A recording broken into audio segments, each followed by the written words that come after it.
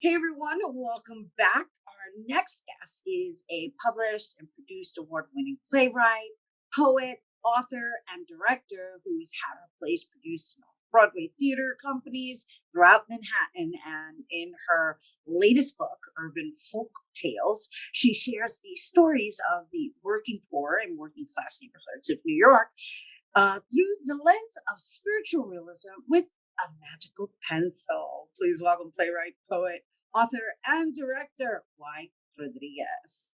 Thank Thank you. you here with us. And to begin, I thought it would be interesting for us before we speak about the topic at hand, which is urban folk tales, which is in pre-order. I wanted to share with our viewers a little bit of your trajectory as a playwright, as a singer, songwriter, as a poet, and now an author. So, can you just share what that journey looked like in a succinct manner, of course? Well, I guess it all starts with who I am and how I began in this world as the daughter of Silverio and Angelina Rodriguez, who were two migrants to this country in the 1940s. And then, like our community, so many who come to this country, they went through their particular struggles. We lived on the Upper West Side.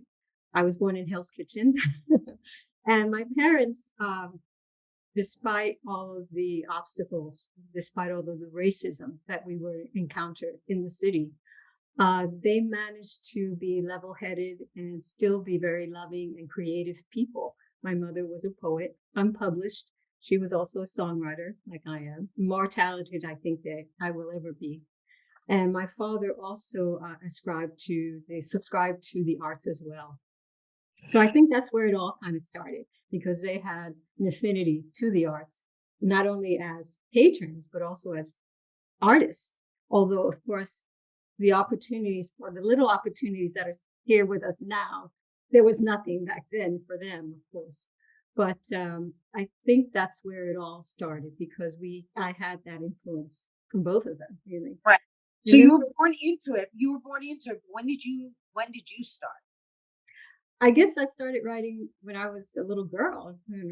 My first poem I think I wrote when I was like 7 or 8 years old. My first song I wrote like that about that same age.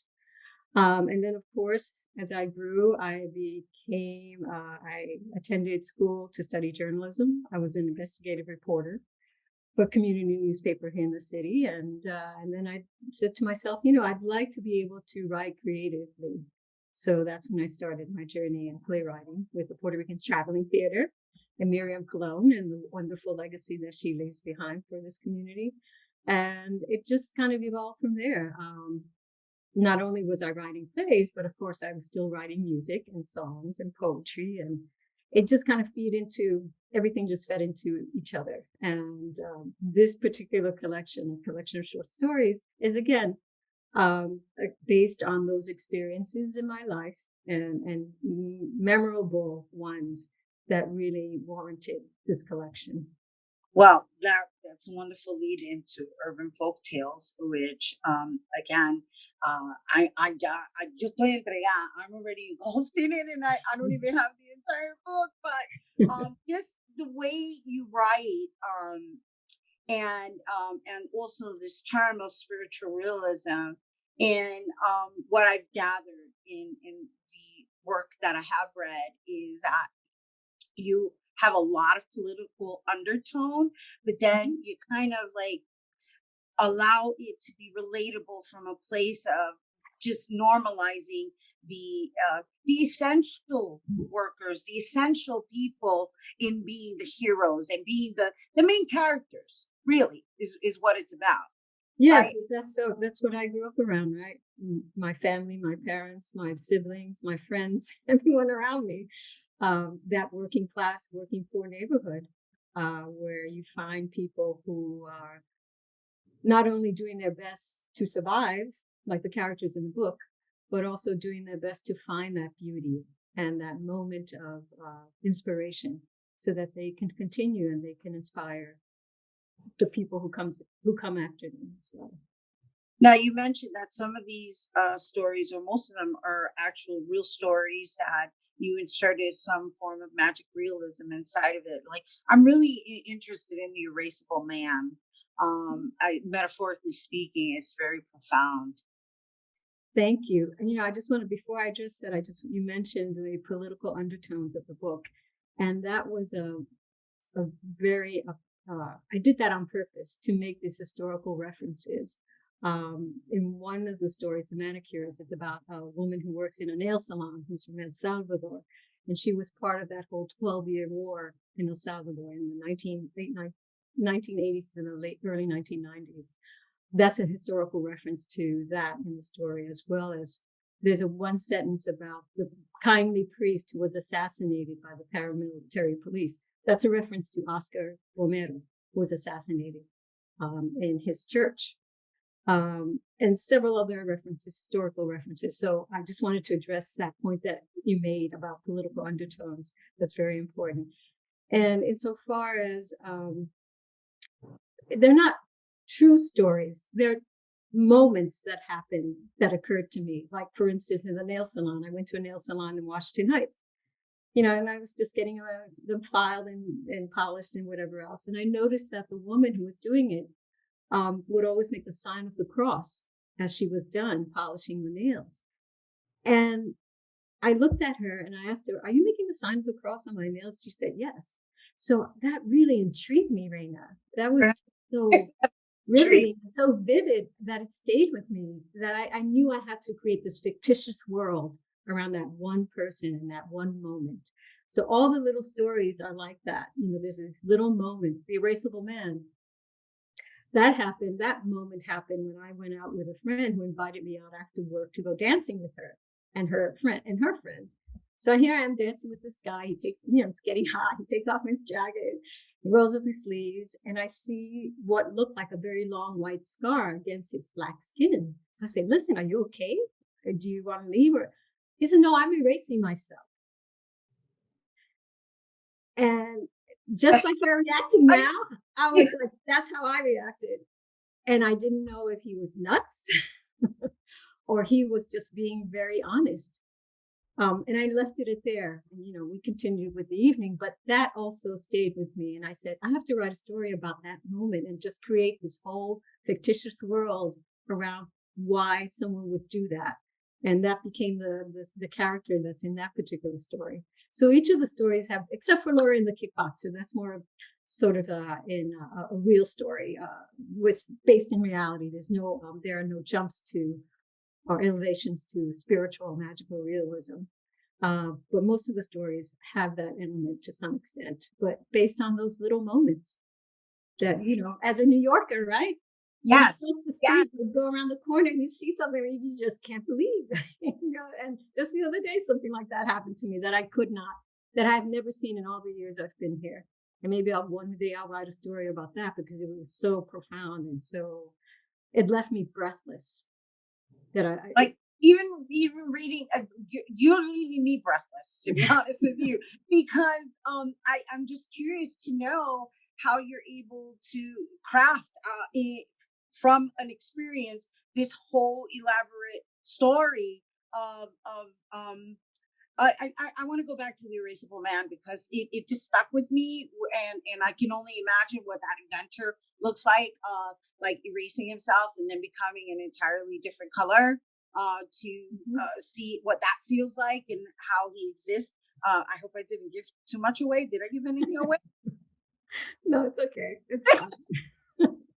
And how at the end it really, well, I don't want to give too much away, but the idea of it really being a story of humanity, a story about humanity, that's really what all of them are, really. But that particular one, in trying to find a new identity and rediscover themselves, and just really getting to that place of dealing with different situations or different problems based on the differences. Well, that particular story, it's a Black Cuban kid who lives in Washington Heights, and he can never hail a cab. He works at a drugstore, and he's always feeling the racism. Just the other day, something happened to me. I mean, this is stuff that we always have to deal with in the city in New York City. Yes, liberal New York City. Yes, there is racism here too. So for him to, and I won't give away the story either, to choose to erase his color in order to survive, or what he thinks he might be, how he might be able to survive because of the color of his skin. I mean, that makes a point about where we are as a country, as a nation, in this world, really, about still racism still being very much a part of our lives, unfortunately. It very much is, and it's in color does matter, and I wish it didn't. I mean, how many times did another person, so where are you from? I'm like, well, why wouldn't I be from where you are? Why are you making that distinction? So now I have to make a distinction about you, Right, fortunately.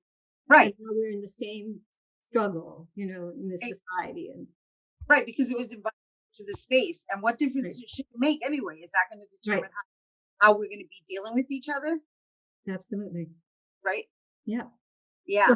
how I wrote these stories, Rhina, just to get to your question, even my work as a playwright or a poem or a poet, or even as a song, sometimes it's just that one little image that I have to go with. And then, it's just a matter of practice, practice, practice, practice, and sitting down at your desk and in front of your typewriter or your computer, your laptop, whatever, and just banging it out and working it out and crafting it out day after day after day after day after day until you feel that, wow, I think I've told a clear story, because that's really important to me, that it's clear, that it has a beginning, middle, and end. And when you're working with so many different elements and so many different voices and so many different characters and settings, sometimes you get lost and sometimes things get muddled. So you Hmm. have to keep going back. So it is really just working at it, like everything else, where you feel comfortable, like, okay, this is something that I'm pretty proud of. I think I did a good job. So it isn't until I get to that point where I feel, okay, I think I can let this go and maybe start my next project or whatever. But it's all a matter of just work. Right, right, right. But it's also knowing your work style, right? And really what we were discussing was your writing style and your process. And thank you for sharing that, even possibly to assist any aspiring writers and authors, because what you shared is very they're golden nuggets. And so Um, before we go, we have to share with our viewers how your book is on pre-order, but that you are going to be doing a big launch and book signings and possibly going on tour. What should we leave them with? well, the book is published by Read Furiously Press, readfuriouslypress.com, but it's in pre-order now. So that means that you can pre-order the book in any bookstore in the country. You can go to Barnes and any single bookstore, including Amazon. You can find it on Amazon as well, and pre-order it. It'll be released next April 4th, 2023.